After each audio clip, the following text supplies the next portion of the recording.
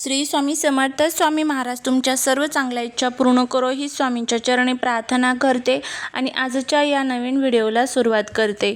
आपल्या भारतीय संस्कृतीत तुळशीला केवळ एक वनस्पती नाही तर वृंदा म्हणजेच लक्ष्मीचे रूप मानले जाते. पण तुम्हाला माहिती आहे का, ती तुळस आपल्याला भविष्यात घडणाऱ्या घटनांचे संकेतही देते. आजच्या व्हिडिओमध्ये आपण जाणून घेणार आहोत ज्या घरामध्ये रोज तुळशीला पाणी दिलं जातं नेमकं त्यांच्यासोबत काय घडत असतं. या व्हिडिओकडे दुर्लक्ष करू नका, नाही तर आपल्याला अनेक संकटांचा सामना जो आहे तर तो करावा लागेल. त्याचबरोबर तुळशीचे शुभ अशुभ संकेत, तुळशीचे आध्यात्मिक महत्त्व याबद्दलची संपूर्ण माहिती आजच्या व्हिडिओमध्ये मी तुमच्यासोबत शेअर करणार आहे. त्यामुळे व्हिडिओ हा स्किप न करता शेवटपर्यंत नक्की पहा. चॅनलवरती जर तुम्ही नवीन असाल तर चॅनलला सबस्क्राईब करा आणि असेच माहितीपूर्ण नवनवीन व्हिडिओ पाहण्यासाठी बेल आयकॉनलाही प्रेस करा, म्हणजे जेव्हा कधी मी नवीन व्हिडिओ अपलोड करेल त्याचं नोटिफिकेशन सर्वात अगोदर तुम्हाला भेटेल आणि तुम्ही एक पण व्हिडिओ मिस करणार नाही. त्याचबरोबर कमेंटमध्ये श्री स्वामी समर्थ लिहायला अजिबात विसरू नका, जेणेकरून स्वामींची तुमच्या कुटुंबावर, मुलांवर अगदी भरभरून अशी कृपा होईल. तुळस ज्या घरात असते तिथे नकारात्मक ऊर्जा टिकत नाही. भगवान विष्णूंना तुळस ही अत्यंत प्रिय आहे, म्हणून ज्या घरात तुळशीची पूजा होते तिथे लक्ष्मीचा वास राहतो. तुळस ही 24 तास ऑक्सिजन देणारी वनस्पती आहे. घराभोवतीची हवा शुद्ध करण्यासाठी आणि रोगप्रतिकारक जंतूंचा नाश करण्यासाठी तुळस ही अत्यंत गुणकारी मानले जाते. जर तुमच्या घरातील तुळस अचानक हिरवीगार आणि टवटवीत झाली तर समजा घरात लक्ष्मीचे आगमन होणार आहे किंवा रखडलेली कामे पूर्ण होणार आहेत. घरात एखादे मंगल कार्य किंवा आनंदाची बातमी लवकरच मिळणार आहे. घराचे वास्तुदोष कमी होत असून घरात सुख शांती नांदणार आहे. काही वेळा तुळस आपल्याला संकटांची पूर्वकल्पना देते, त्यामुळे या खालील गोष्टींकडे दुर्लक्ष अजिबात करू नका. त्यामध्ये सर्वात पहिला जो अशुभ संकेत आहे जी तुळस आपल्याला देत असते. खूप काळजी घेऊनही जर तुळस वारंवार सुकत असेल तर समजून जा की घरात नकारात्मक ऊर्जा वाढली आहे किंवा कुटुंबावर एखादे आर्थिक संकट येऊ शकते. दुसरं जे कारण आहे ते म्हणजे तुळशीची पाने अचानक गळून पडणे, हे घरातील कलह किंवा वादाचे लक्षण मानले जाते. तिसरं म्हणजे तुळशीच्या कुंडीत अनावश्यक गवत किंवा घाण वाढणे, हे शत्रू वाढण्याचे किंवा कामात अडथळे येण्याचे संकेत असतात. तुळशीला रविवारी आणि एकादशीला पाणी घालू नये. संध्याकाळी तुळशीजवळ शुद्ध तुपाचा किंवा तेलाचा दिवा नक्की लावावा. तुळशीची पाने विनाकारण तोडू नयेत, विशेषतः सूर्यास्तानंतर. धनप्राप्ती आणि सुखसमृद्धीसाठी तुळशीची पूजा करण्याची एक विशिष्ट पद्धत शास्त्रामध्ये सांगितलेली आहे. तुळशीची पूजा दररोज सूर्योदयाच्या वेळी करणे सर्वोत्तम मानले जाते. सकाळी स्नानादी कर्म उरकल्यानंतर शुद्ध वस्त्र परिधान करून पूजा करावी. तांब्याच्या पात्रातून तुळशीला जल अर्पण करावे. जल अर्पण करताना हे तुळशीच्या मुळाशी हळूहळू सोडावे. तुळशीला जल अर्पण केल्यानंतर किमान 3 प्रदक्षिणा नक्की घालाव्यात. संध्याकाळी सूर्यास्तानंतर तुळशीपाशी गाईच्या शुद्ध तुपाचा दिवा लावावा. यामुळे घरातील नकारात्मकता नष्ट होते. धनप्राप्तीसाठी काही विशेष उपाय आपल्या धर्मग्रंथांमध्ये आपल्याला सांगितलेले जातात. त्यामध्ये दर गुरुवारी तुळशीच्या रोपाला थोडे कच्चे दूध मिश्रित जल अर्पण केल्याने भगवान विष्णू आणि माता लक्ष्मी प्रसन्न होतात. यामुळे घरातील आर्थिक टंचाई दूर होते. पूजेच्या वेळी तुळशीला चिमूटभर हळद आणि कुंकू अर्पण करा.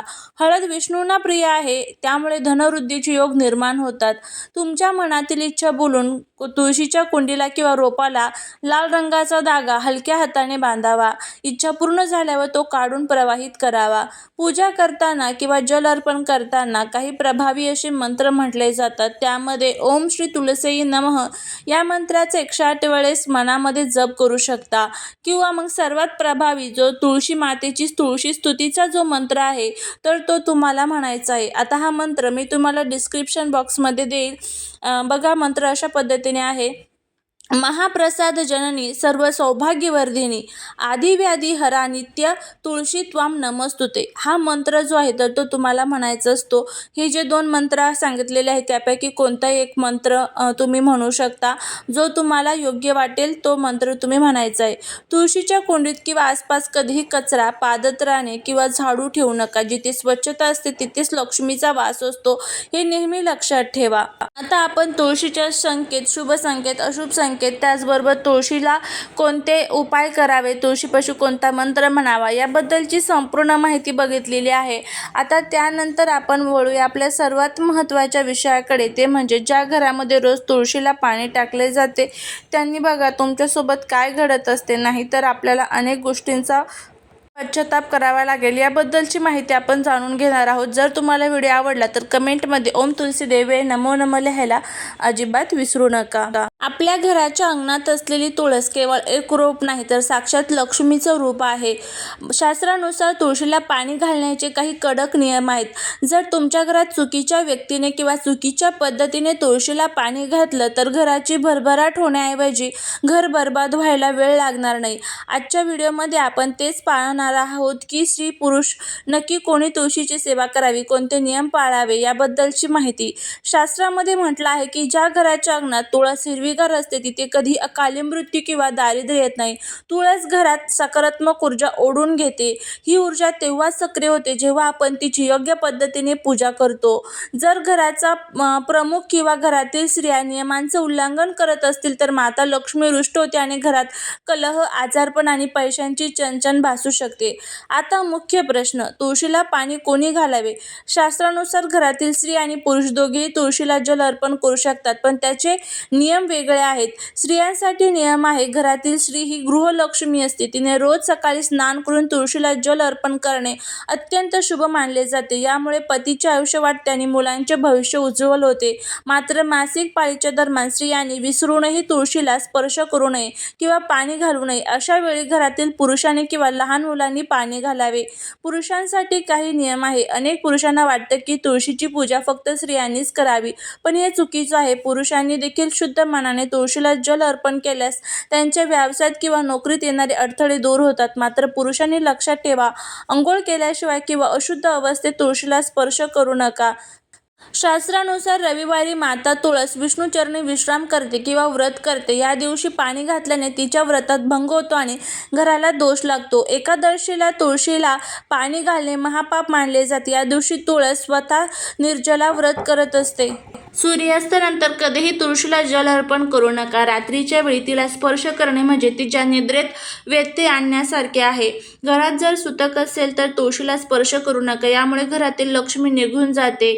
तर जर तुमच्या हातून ह्या चुक्या झाल्या असतील तर आजच क्षमा करा. रोज संध्याकाळी तुळशीपाशी दिवा लावा. लक्षात ठेवा, वाळलेली तुळस घरात ठेवू नका. जर तुळस वाळली असेल तर ती सन्मानाने वाहत्या पाण्यात प्रवाहित करा आणि नवीन रोप लावा.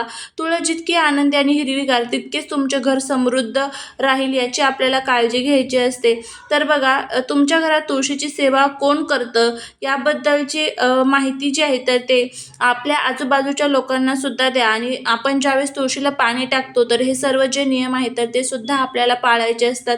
जर तुम्हाला हा व्हिडिओ आवडला असेल तर लाईक, शेअर, सबस्क्राईब करायला विसरू नका. भेटूया पुढच्या एका छानशा नवीन व्हिडिओत एका नवीन माहितीसोबत. श्री स्वामी समर्थ.